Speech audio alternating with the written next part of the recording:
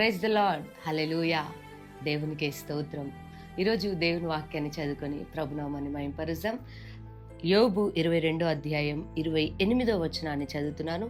నీ మార్గముల మీద వెలుగు ప్రకాశించును. దేవునికి మహిమ కలుగును గాక. ప్రభు నీతో మాట్లాడుతున్నాడు. నీ మార్గంలో, నీ ప్రయాణములో నువ్వు వెళ్తూ ఉన్నప్పుడు, వస్తూ ఉన్నప్పుడు నీ మార్గం అంతటిలో కూడా ఆయన తన వెలుగును ప్రకాశింపజేయబోతున్నాడు. ఎందుకంటే ఆయన వెలుగై ఉన్న దేవుడు. అందుకే చూడండి, ఇశ్రాయేల్ ప్రజలు అరణ్యంలో వారు నడిపించబడుతున్నప్పుడు దేవుడు ఎంత బాధ్యత తీసుకొని వారికి పగలు ఎండ దెబ్బకు తగులకుండా మేఘా స్తంభముగా ఉండి నడిపించాడంట.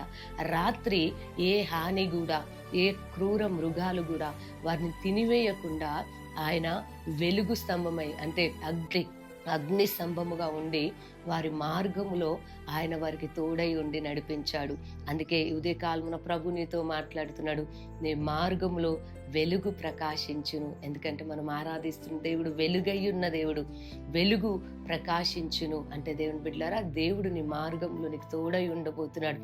ఎదుగు మెట్టుగానున్న స్థలంలో కానివ్వండి, మరి మీకు ఆటంకంగా అడ్డుగా మీ ప్రయాణంలో ఏదైనా ఉంటే, మీ మార్గంలో మరి ఏదైనా అడ్డుపడుతూ ఉంటే వాటన్నిటిని దేవుడు తొలగించబోతున్నాడు, సరళము చేయబోతున్నాడు.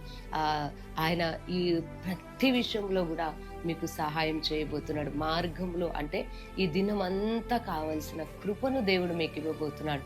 ఎందుకంటే మీరు దేని కొరకైతే దేవుని సన్నిధిలో ఎదురు చూస్తూ మీరు దినాన్ని ప్రారంభిస్తున్నారో, మీ యొక్క మార్గంలో, మీ కుటుంబంలో, మీలో ఆయన వెలుగును ప్రభు ప్రకాశింపజేయబోతున్నాడు.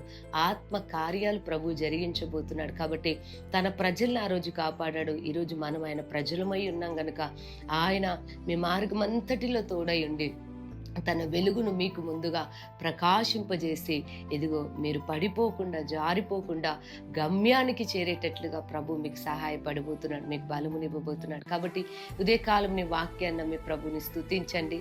చిన్న ప్రార్థన మీకు చేస్తాను. సర్వశక్తి గల దేవా స్తోత్రం. అవునయ్యా, నీ బిడ్డలు ఇరుకులో ఉండొచ్చు, ఇరుకు మార్గంలో వెళ్తుండొచ్చు అయ్యా, మెట్టుగానున్న స్థలంలో ఉండొచ్చు, ఇత్తడి తలుపుల వరకు ఎదురవుతుండొచ్చు. కానీ నీ వెలుగు ప్రకాశించినప్పుడు ఆ అడ్డులన్నీ తొలగిపోతాయి గనక నీ బిడ్డలు ఈ ఉదయ కాలమున ఎంతమంది మా మార్గంలో, మా దినమంతటిలో మీరు తోడై ఉండని కోరుకుంటున్నారు, వారి జీవితంలో, వారి కుటుంబాల్లో వెలుగును ప్రకాశింపజేసి నడిపించమని యేసు నామములో ప్రార్థిస్తున్నాను తండ్రి. ఆమెన్. ప్రభు